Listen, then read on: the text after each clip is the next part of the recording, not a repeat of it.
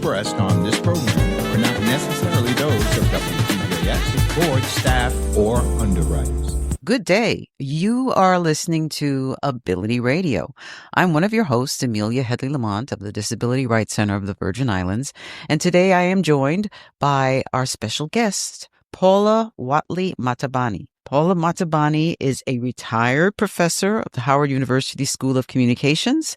She is a spiritual director and an ordained itinerant elder in the African Methodist Episcopal Church. Good day, Paula Matabane. How are you? Hello there, my dear friend, Amelia. I'm good. It is so good to talk in Atlanta, Georgia. In Atlanta, Georgia.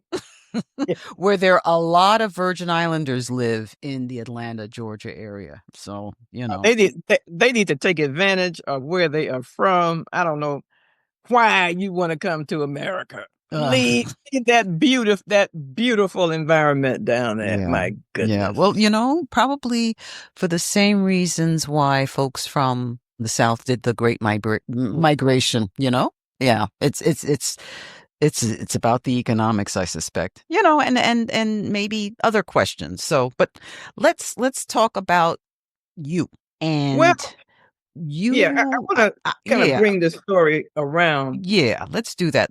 Let's assume now we're talking short because this is a separate installment. Yeah. Let's talk. Yeah, go ahead. This is the thing that has happened, and I know why there are Virgin Islanders here, because Jim Crow is gone. See, when I grew, I was born and raised in Atlanta. As I said, I was born in a colored hospital. I was born a Negro in a colored hospital on the colored side of town. I drank colored water, rode in the back of the bus, went to segregated schools, et cetera, et cetera. And when I grew up, there were only two kinds of people in the state of Georgia. You were either black or you were white. And I'm sure there were some people from the Caribbean here, but they were far few and in between. Because who's going to come somewhere and be discriminated against? Right. You know, if you're born into it, then that's, you know, that's the hand you've been dealt. Right. But nobody's going to migrate into racism. You know, you're just not going to. That would have been like migrating to apartheid South Africa. You're just not going to do it. So, but this is where, so now the question comes up in terms of what can you accomplish and achieve within that? And the big question that's always been with me is, how did my ancestors make it over? Right. And my mother's family, well, it's my father's, but I'm not going to talk about him today, came from extremely humble beginnings. My grandfather was actually born a slave in 1964 in Russell County, Alabama, right across the Chattahoochee River from Georgia. Okay, 1864. Yeah, 1864. That's at 19. Yes. Okay. After me, born after I was. 1864. So he was born the chattel property of someone. And my grandmother was born in 1881 in South Georgia. They had 6 children that grew to adulthood. So my mother had 4 brothers, and then there were the 2 girls. Okay. So of the 6 children, all 6 of them got college degrees. Wow. And 3 of my mama's brothers received graduate degrees from Harvard. I didn't say Howard. I said Harvard University the same year of 1942. Wow. And and one of those brothers he got his undergraduate degree from Harvard in 1940. He was in the class with John F. Kennedy. And then 2 years later, the 3 of them, one got it in law. He got his in law, one in engineering, one in chemistry. So there is, and then my mother got her master's degree in education. So, you know, like, there is something that is there. There's some spiritual, intellectual, social resources that were in this environment that allowed some people to succeed and succeed well. Now, I must say that none of them became wealthy. They did all right, especially, the one that was a chemist, because he ended up working in corporate America. He was the first Black research chemist for Merck chemical company in Rahway, New Jersey. And my uncle, the one that got his undergraduate degree from Harvard, he went to Ghana in 1958 at the request of Kwame Nkrumah, because he knew him in the States at Lincoln University. And after Ghana got its independence, he invited my uncle to come over there with his family and, to work with him with that.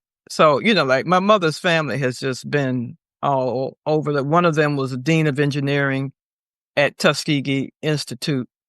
So, it's this family has done a lot with parents who finished the 6th grade and the 10th grade. Yeah, that's and fantastic. Came out of stark, and when I say stark poverty, I mean stark poverty and all of the stuff that's, like the systematic racism designed to crush you down. So I've always had this question of how did they come through? How did they survive? Like, why did they succeed? Why did they? It's a very strong family. And even in my own family, we still have, these levels of achievement with my parents and then my brothers, my first cousins, and so forth. But I've always had a different kind of a spiritual connection to this grandmother, Mrs. Ione Willie Lee Jackson Davis. And in the memoir, connected to her memoir, I have added in my story of how what I call the spirit.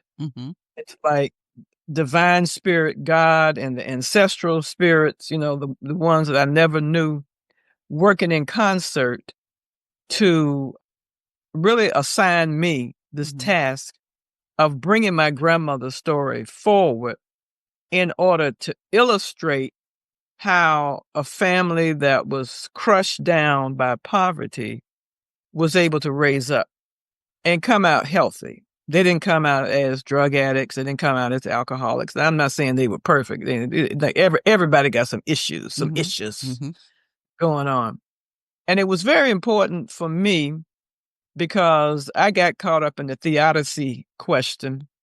How does a good God allow such a horrific system of racism to flourish and exist, to press down Black people? We did nothing to deserve being enslaved, nothing to deserve being Jim Crowed, with this, all this rampant racism and violence against us, just gratuitous like this. And my grandmother died the day before my 19th birthday in 1968.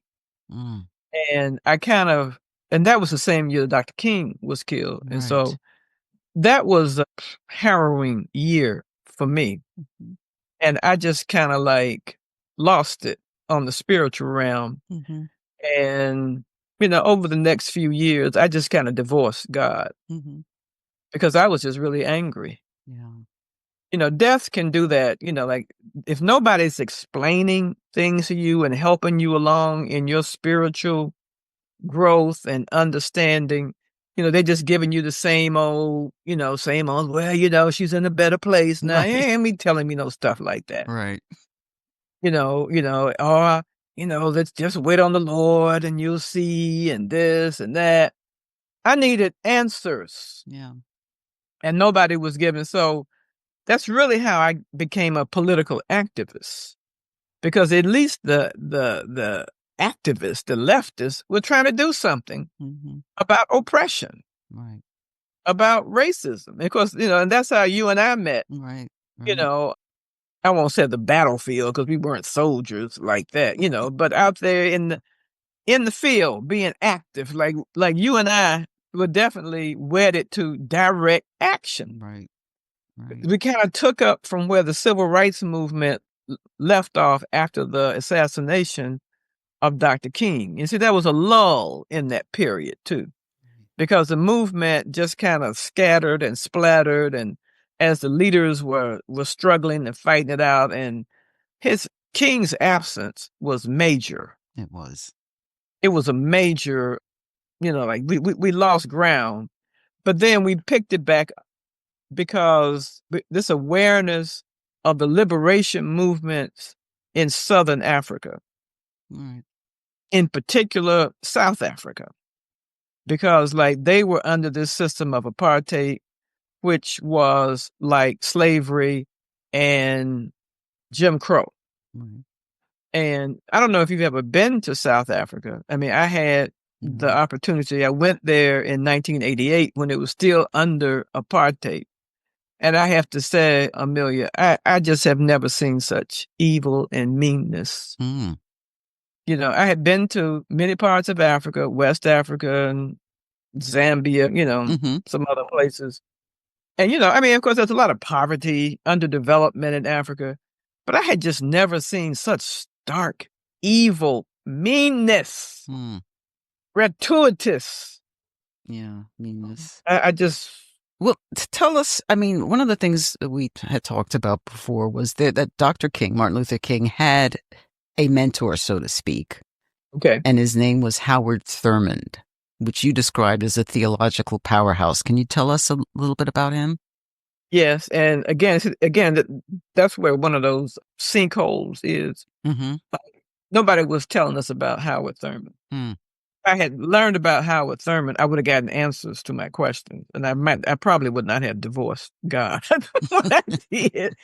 But Thurman is what we would call a mystic, a person who really, a contemplative, who really had a strong relationship, unity with God, just a oneness with God. And he traveled to India in the 1940s when India was working on its independence from British colonialism. Mm-hmm. And he learned a lot from Mahatma Gandhi about nonviolent resistance.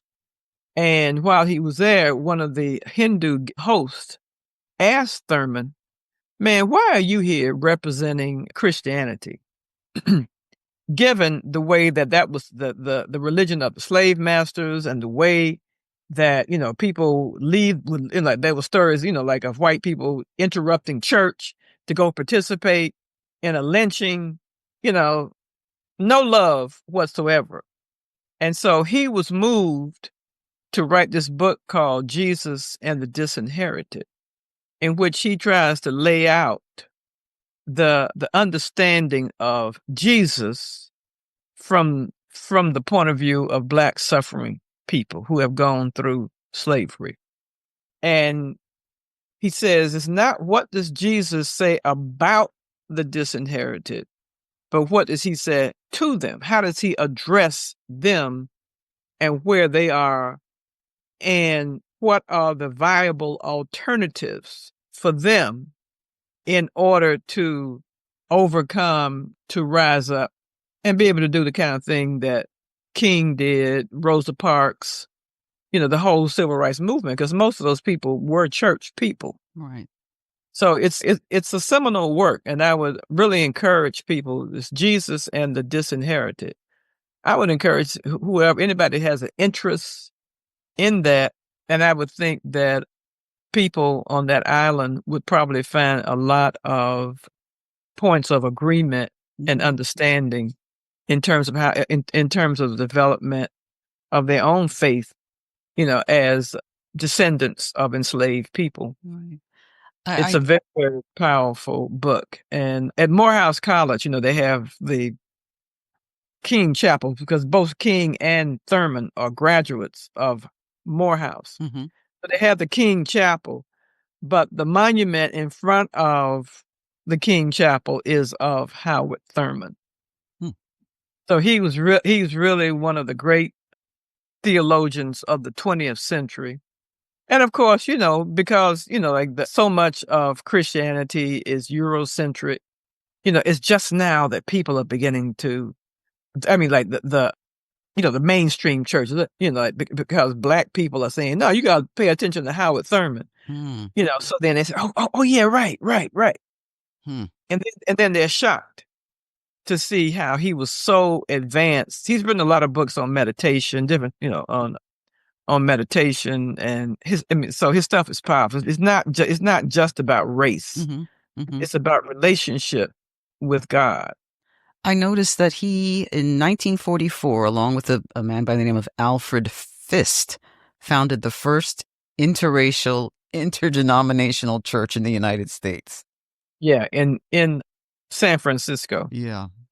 And again, it's like one of those black holes. I'm so angry because I went to Stanford. I was there in 71, 72 for grad school. And I didn't know about it, because, like I would have driven up. Sure. If I had known, driven, from Stanford up to San Francisco. I used to go up there and visit some of my cousins. But nobody, again, people don't tell you. And it just, so I guess it just wasn't supposed to happen. I was supposed to become a political activist, which I wouldn't have known you maybe if I had. So, okay, here's okay, from the activism, because I'll be honest, I was surprised to hear that you were preaching. So yeah, that's a joke. Yeah, so I'd like to tell me about that evolution. I mean, it may have been something that was always there, like you described, and then, your grandmother passing and Dr. King assassination, and saying, how can there be something that allows this kind of horror to occur? So I'd be curious about Paula Matabane's return, so to speak. Well, what I would say is that, first of all, the Holy Spirit has a great sense of humor. He called me into the mix. Because like I said, I had divorced God. But in the memoir, I was putting stuff together, and I'm beginning to see these spiritual connections with my grandmother. So my mother's oldest brother died in 1960. And we had to go to Columbus for his funeral. And while we were there, I was in the bedroom with my mama, my grandmama, and his widow and two other aunts. And as we were leaving, my grandmother started crying and talking. And she said something very interesting. She said, when I die, I want Paula to get all my things. Well, I was the only granddaughter at the time. And I'm looking around like, man, I don't want grandmama's stuff. This is old lady stuff. I don't want this stuff. So anyway, 8 years later, grandmama dies. And it hits me like a ton of bricks. And I was grieving. And one night I had a dream. I was in Philadelphia. I was at the University of Pennsylvania. I was grieving. But I was asleep, and I had a dream. And I dreamed about my grandmother, that she was hovering above me, and she told me to stop grieving her. She said, because death is just one point on the circle of life. Now that went over my head, just like having all her things. But being assigned all of her things was the best thing in the world for me, because it meant that I got the memoir. And the aunt, my mother and the aunt that was there, they had all of her stuff, her sacred stuff. Right. My grandmother had letters. She had speeches she had written. She had the memoir. She had books and her Bible, and she had, made some interesting notes in there. I mean, for this woman who had finished 6th grade, that was a lot. She did speeches? Yeah. Yeah. She spoke in, like in church. Okay. That's still because my grandfather was a pastor. Okay. So, and then when I did go back to church, this is the other thing. When I did go back to church, I was in Maryland. And I was looking for a church to go to. And this is when I was still divorced from God, but I wanted a church. I wanted to belong to a church. Because I said, when I die, somebody in church needs to know me. So, I can bear it from that church. That was stupid thought. But I found this church, Hemingway AME Memorial AME Church, and it turns out, so I kept saying, if I could go to my grandmother's church, I would go to church. I was saying to myself. So the church that I found was a church that my grandmother used to attend. She would come up. My mama had a brother that lived in Maryland, a quarter of a mile from that church, and I didn't know it. And I just started going to that church. And it turns out that was a church that my grandmother would go to in the 40s and the 50s. And you didn't know that before? This was just by coincidence? Yeah. Well, I think it's guidance from the Spirit. I mean, I see it all now as God's divine plan. And I just, we don't have time for me to tell the whole story, but it seems that on a spiritual level, in terms of what God had had in store for me, that I was called into the ministry. Nobody else in my family is. Like none. I don't know why my mama's brothers weren't called. Their daddy was a preacher. I mean, why is this? It skipped all of them and fell on me. It didn't go to my brothers. It came to me. Why me? But I had the closest relationship with this grandmother. She had 5 grandchildren, and there were 3 of us in one family. And I was the one that was closest to her. And I think that's what, that the story then becomes my responsibility to present and write and develop for people to see how the Spirit moves in situations of oppression. I quote something Dr. King said the last night before he died, when he was in Memphis. And it was to the effect that you can't see the sky. You can't see the stars until it's dark. And he said, I see God moving and people responding. And that's the answer to my question. How does God tolerate all of this? It's that we can't see it until it gets dark. And we have to respond to God. God is moving. I think about Rosa Parks. First of all, Rosa Parks was a seamstress, a poorly paid seamstress, maybe with a high school diploma from a rural high school. So you would have never said, oh, yeah, well, the person who's going to start the movement that's going to overthrow Jim Crow law is going to be a high school graduate seamstress. You would have never said that. You would have said, okay, well, maybe Thurgood Marshall, like an attorney, Supreme Court judge. Right. We would have been looking for somebody who had a Harvard or a Howard University degree. And God uses this little simple, when I say simple, humble woman. And the question is, I know that the bus driver who called the police that day, he rules the day that he called the police, because he unleashed something that turned his life upside down. And everything else, absolutely. And who knows his name, by the way? Yeah, right. Nobody knows. Nobody cares about him. Right. He just... So listen, in the 2 minutes we have left. Oh, goodness. Your grandmother's memoir is called This Way Leads Home. Yes. And her name is Ione Davis.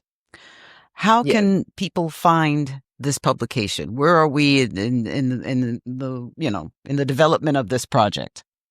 I'm in the last phase of editing. I have an editor. So kind of like in the last phase, it's written, doing that final polishing and stuff. So I'm hoping by July or August that it'll be out, and I will probably self-publish. I'm retired now. I don't have a resume. I don't answer to anybody but Jesus. So I don't have to, my thing is that I just want to get the story out, and I want other people to see their own lives, to see their own pathways. Because I know if I have those kind of questions about life, about God, about spirituality, connections, spiritual connections, the ancestral presence. Other people do also, Mm-hmm. you know. Mm-hmm. So I will, you will be among the first to hear when I'll hear a shout coming from Atlanta saying it's done. Yes. Well, I do want to hear when it is ready, and certainly we'll ask some questions of you, perhaps when it's finally completed. So, folks, I want to thank you for taking the time to listening to us today. This has been a very enlightening conversation. Our guest today was Paula Whatley Matabane, an ordained itinerant elder in the African Methodist Episcopal Church. Paula Matabane, it has been a pleasure. I want to thank you so much for taking the time to talk to us today. Thank you for the invitation, Amelia. I appreciate it. Folks, have a great day. Thank you. Bye-bye. The views expressed on this program are not necessarily those of WTJX, its board, staff, or underwriters.